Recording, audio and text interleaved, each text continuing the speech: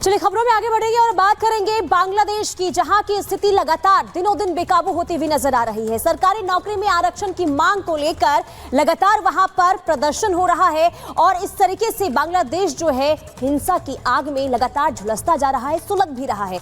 और इसी स्थिति को देखते हुए सरकार को वहां पर सेना भी उतारनी पड़ी, लेकिन इसके बावजूद भी स्थिति कंट्रोल नहीं हुई, जिसके बाद पूरे बांग्लादेश में कर्फ्यू लगा दिया गया है। रिपोर्ट के जरिए दिखाते हैं बांग्लादेश में किस तरीके के हालात इस वक्त बने हुए हैं।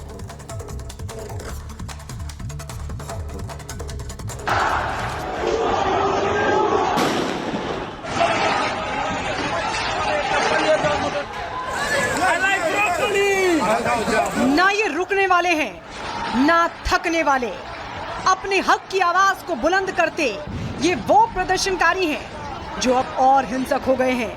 अपनी मांगों के पूरा हुए बिना ये थमने वाले नहीं हैं। चाहे कर्फ्यू लग जाए या फिर हो जाए सख्त किलेबंदी, अपने हुकूक के लिए लड़ते, एक दूसरे का हाथ थामे और आगे बढ़ती ये भीड़ तो कम से कम यही संकेत दे रही है।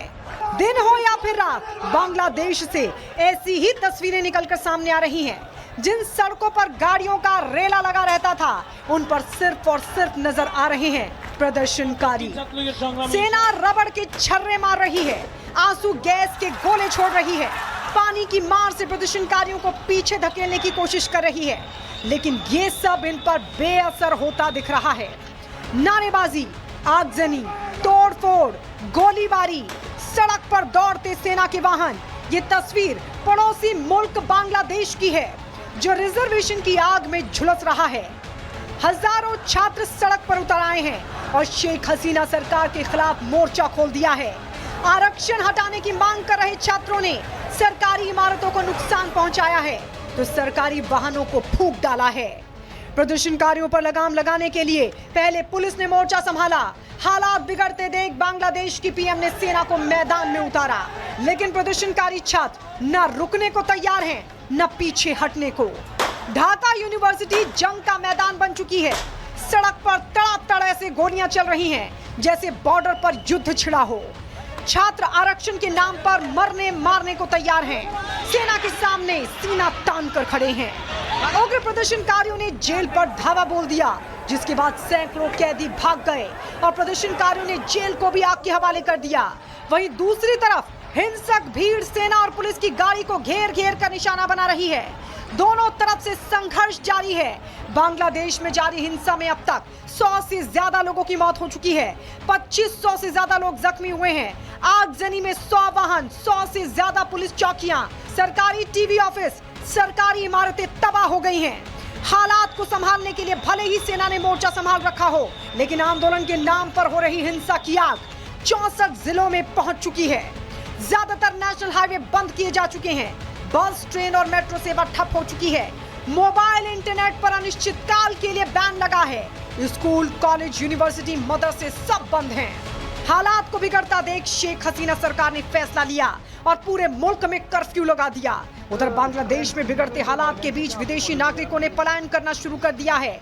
भारत, नेपाल और भूटान के 300 से ज्यादा नागरिक त्रिपुरा और मेघालय लौट चुके हैं। भारत सरकार भी बांग्लादेश पर नजर बनाए हुए है। बांग्लादेश में भारत के 15,000 नागरिक और 8,500 भारतीय छात्र रहते हैं।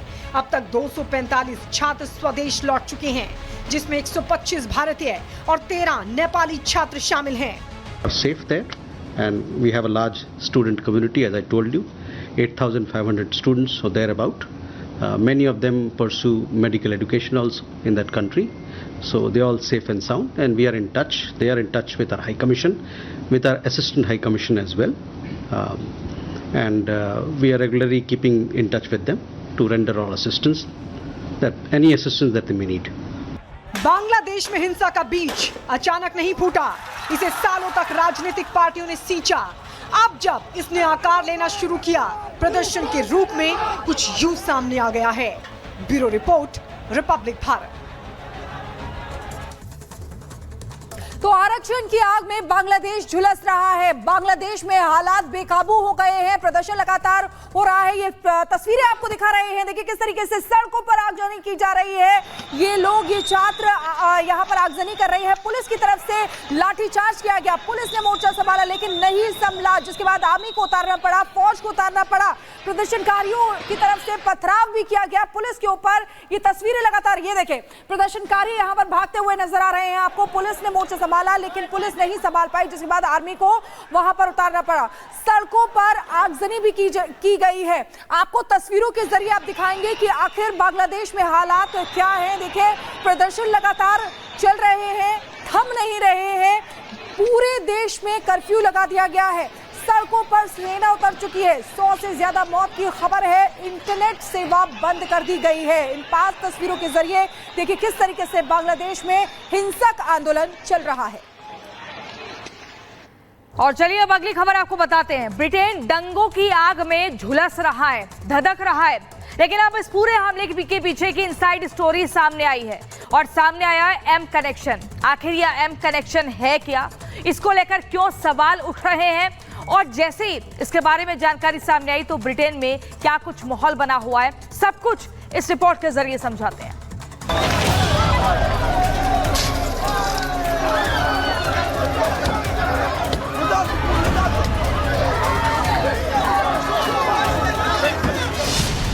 सड़क पर बवाल,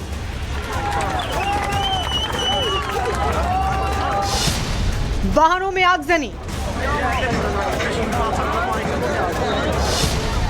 पुलिस की वैन पर हमला,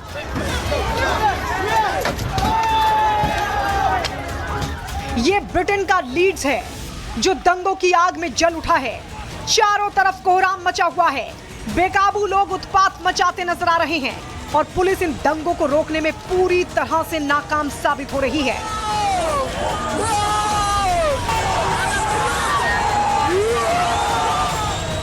दंगों में सबसे ज्यादा धधक रहा है ब्रिटेन का हरे हिल्स, जहां सैकड़ों दबंगई मास्क पहनकर आग लगाने में जुटे हैं।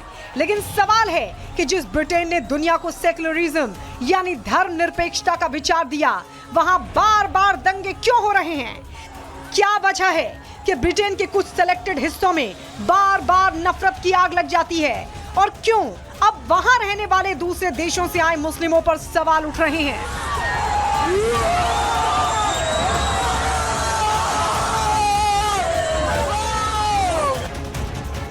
लीड्स में जैसे जैसे उत्पाद की इनसाइड स्टोरी सामने आ रही है, वैसे ही सामने आ रहा है दंगों का एम कनेक्शन। आंकड़ों के मुताबिक हरे हिल्स में जहां सबसे ज्यादा दंगे हुए हैं, वहां मुस्लिमों की आबादी 39.4 और ईसाई धर्म के लोगों की आबादी सिर्फ 34.84% है। इसी मुस्लिम बाहुल्य इलाके में सबसे ज्यादा अपराध होता है। इसी इलाके में सबसे ज्यादा क्राइम रेट, 1000 लोगों पर 209 घटनाएं दर्ज होती हैं।